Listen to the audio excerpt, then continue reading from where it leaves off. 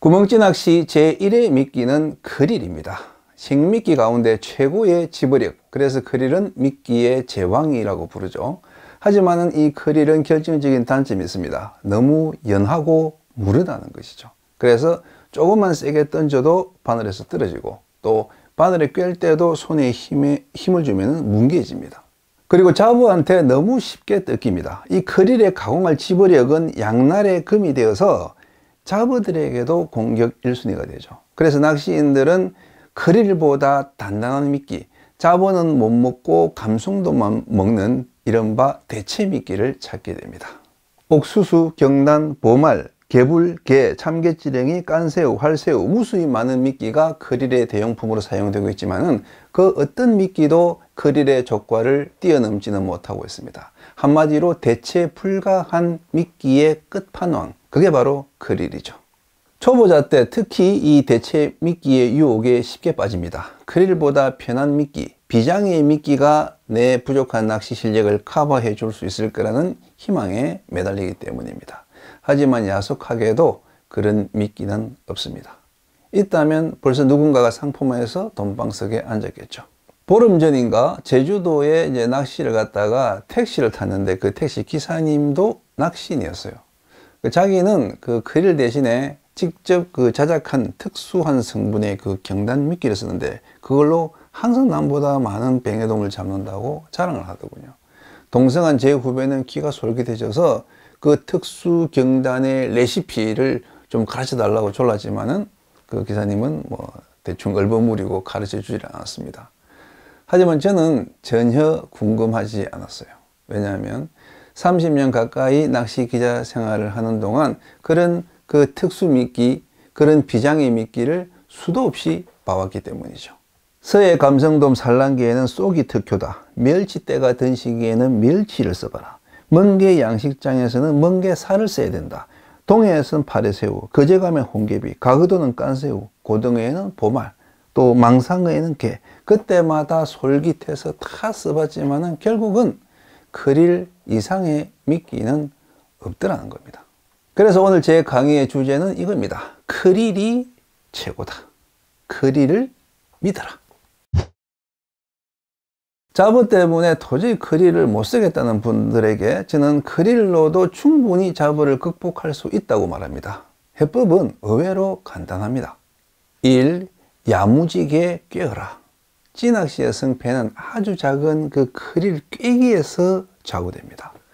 정성껏 천천히 야무지게 크릴을 바늘에 끼워서 던지는 사람과 급한 마음에 대충 바늘에 걸쳐서 던지는 사람은 그 고기를 낚고 못 낚는 극명한 차이로 갈라집니다.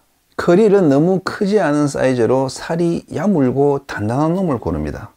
그리고 꼬리는 잘라버리고 그 꼬리 끝에 바늘을 찔러서 바늘이 크릴 등에 바짝 붙어서 돌게끔 천천히 크릴 살이 뭉개지지 않도록 조심조심 밀어 넣어 주세요. 평소 5초 만에 크릴을 꿰는 분은 그 2배인 10초를 투자하세요. 바로 그것만으로도 이 크릴이 잡어에게 견디는 시간이 늘어나고 감성돔의 유형층까지 무사히 내려갈 수 있습니다. 2. 멀리 던져라. 이 잡어대가 덜 끓는 발 앞에 미끼를 내리고 낚시한다면 크릴 가지고는 낚시가 불가능합니다. 하지만 아무리 극악한 잡어대가 있어도 멀리 던지면 그곳에는 잡어가 없습니다. 20m 거리까지 잡어가 있으면 30m 던지고 30m 거리까지 잡어가 있으면 40m 던지고 40m 거리에도 잡어가 있으면 50m 던지세요.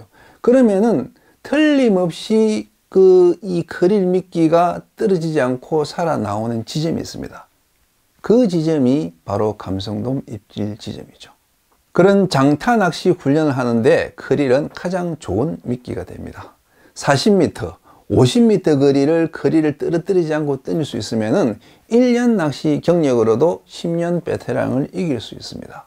제가 초보자들한테 이 대체 미끼를 가급적 쓰지 말라고 하는 이유는 근거리 낚시, 동동 낚시에 안주할까 싶었습니다. 찌낚시는 대상어를 찾아가는 공격적인 낚시법인데 이 대체 미끼만 믿고 앞에 미끼를 던져놓고 이제 밑밥으로 끌어들이려는 그런 소극적인 낚시를 펼치면은 낚시 실력이 늘지 않습니다. 3. 자주 던져라. 이것은 크릴 낚시의 철칙입니다. 따먹히면 또 던지고 따먹히면 또 던지고 계속해서 그 잡어 속에 미끼를 투입하다 보면 언젠가는 대상어가 먼저 그 미끼를 잡아채게 되죠. 잡어 없는 바다는 이 세상에 없습니다. 잡어가 안 낚이는 날은 뭐 수온이 낮거나 기타 조건이 안 좋은 날이기 때문에 그런 날은 감성돔도 잘 안 낚이죠. 보고도 낚고 망상어도 낚고 노래미도 낚다가 감성돔이 낚이는 것이지 원샷 원킬로 감성돔만 걸려드는 낚시터는 없습니다. 더구나 우리는 크릴 밑밥을 뿌려가며 온갖 잡어를 다 모아놓고 낚시하지 않습니까? 다행히 감성돔, 뱅에돔, 참돔, 돌돔 얘들은 속도가 빨라서 잡어보다 먼저 미끼를 낚아챕니다. 그래서 찌낚시가 가능한 거예요. 크릴은 오래 기다릴 수 없는 미끼이기 때문에 어쩔 수 없이 미끼를 자주 갈아주게 되고 부지런한 낚시가 몸에 배게 됩니다. 남보다 더 자주, 더 많이 던져주는 낚시, 그 이상의 낚시 비결은 없는 것이죠. 저는 제가 찍어온 동영상을 편집하면서 캐스팅하고 나서 입질을 받기까지 어느 정도 시간이 걸리는지 한번 그 시간을 봅니다. 대략 얼마나 걸릴 것 같습니까? 맥시멈 2분 30초.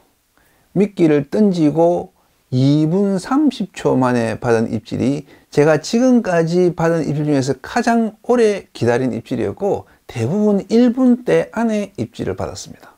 그러니까 던져놓고 세워라 내워라 마냥 기다리는 낚시는 뭐다? 그건 기다림의 미학이 아니고 그냥 시간 낭비입니다. 1. 물엿이나 글리세린에 재운다. 크릴을 물엿이나 글리세린에 담가두면은 그 조직이 질겨져서 쉽게 떨어지지 않습니다. 낚시점에서 파는 각 크릴이 이제 이런 가공 과정을 거친 제품이죠. 우선 그 1.5kg짜리 밑밥용 냉동 크릴을 그 저온에서 천천히 해동시킵니다. 그리고 그 속구리에 받쳐서 이 크릴의 물기를 완전히 빼줍니다. 이때 그 소금을 뿌려서 버무려주면 물기가 더 잘 빠지는데 대신 너무 단단해져서 나중에 이제 바늘에 꿰기 힘들어지는 단점도 있죠. 물기를 뺀 크릴에는 이제 물엿이나 또 그 약국에서 파는 식물성 글리세린을 가득 부어서 하루 정도 냉장 보관합니다. 그리고 다음날 이제 속구리에 받쳐서 그 물기를 이렇게 빼주면은 말랑말랑하면서도 쫀득쫀득한 그 특급 미끼 크릴이 되죠. 유튜브에 각 크릴 만들기란 제목의 영상들이 많이 나와 있으니까 그걸 보고 따라 하시면 쉽게 만들 수 있습니다. 2. 끓는 물에 데친 보일 크릴. 이 크릴을 끓는 물에 살짝 데쳐주면 조직이 단단해져서 이 잡어에게 오래 견딥니다. 일본에서는 이걸 보일 크릴이라고 해서 낚시점에서도 팔고 많이 사용하는데 우리나라는 이 보일 크릴을 쓰는 분들이 거의 없습니다. 다만 그 제주도에서 이 뱅에돔 토너먼트를 뛰는 선수들이 직접 만든 보일 크릴로 효과를 봤다는 사례는 꽤 있습니다. 제조 과정은 간단합니다. 팔팔 끓는 물에 그 완전히 녹인 크릴을 넣고 10초 정도 데친 다음에 꺼내서 식히면 되죠. 만약에 끓는 물이 없으면은 그 정수기에 뜨거운 온수를 받아서 한 20-30초 정도 데쳐도 이 보일 크릴을 만들 수 있습니다. 3. 햇볕에 말린 반건조 크릴. 크릴을 들어서 이 갯바위에 좀 늘어놓고 햇볕에 꾸덕꾸덕하게 말려서 사용하면은 이 잡어들이 쉽게 못 따먹는 효과가 있습니다. 물속에 들어가면은 금세 물을 먹고 부드러워지기 때문에 입질 받는 데는 아무 문제가 없습니다. 다만 근크릴은 그 바늘에 꿰을 때 부스러질 수 있기 때문에 꼬리를 잘라내고 꼬리 끝에서부터 바늘을 천천히 밀어 넣어야 이 크릴이 뭉개지거나 부서지지 않습니다. 5회 1. 큰 크릴이 작은 크릴보다 입질이 빠르다. 낚시인들이 그 밑밥 크릴보다 비싼 선별 크릴을 미끼로 쓰는 이유는 크릴의 사이즈가 크기 때문입니다. 작은 크릴보다는 큰 크릴이 물고기 눈에 잘 띄어서 빠른 입질을 유도할 거라고 생각하는 것이죠. 하지만은 크릴의 크기와 입질 빈도는 별 관계가 없습니다. 오히려 크릴이 크면은 잡어한테 쉽게 따먹힙니다. 가령 뱅에돔 낚시를 할 때는 아주 작은 바늘을 사용하는데 작은 바늘에 큰 크릴을 꿰면은 굉장히 잘 떨어져요. 그때는 오히려 그 밑밥 크릴 중에서 작은 사이즈를 골라서 그 바늘이 크릴의 꼬리에서부터 머리까지 완전히 밀착되게끔 꿰는 게 훨씬 유리합니다. 크릴에 딱 맞는 바늘 크기를 보면 그 미끼 크릴 L 사이즈에는 감성돔 바늘 5호, 밑밥 크릴 M 사이즈에는 감성돔 바늘 3호나 4호, 밑밥 크릴 S 사이즈에는 감성돔 바늘 1호나 2호가 맞습니다. 우리 눈에는 큰 크릴이 더 잘 보일지 몰라도 물고기 눈에 보이는 가시성은 거의 똑같습니다. 제 말이 안 믿기시면은 큰 크릴과 작은 크릴을 집어서 동시에 물에 한번 던져 보세요.